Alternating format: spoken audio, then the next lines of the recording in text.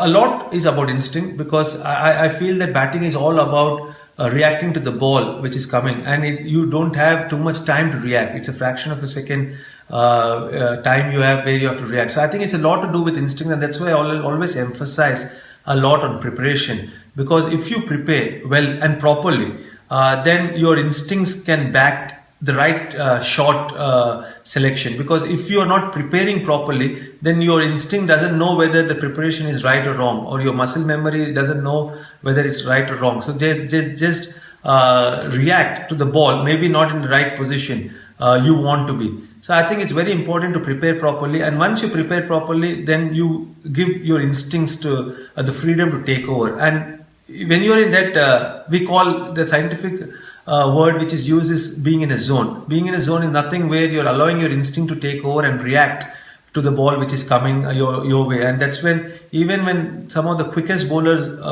bowl to me, when I'm in that zone, it looks as if I had a lot of time.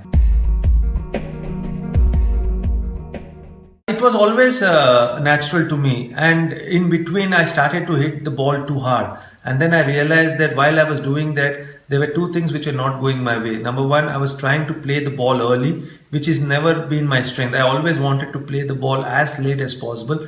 And second is, I would be able to be in full control of my shot if I'm not trying to hit the ball hard. Whereas if I look to just time the ball, then I'm in total control of my shot. So I think I always relied a lot on playing the ball late, and a lot on timing the ball instead of hitting it hard.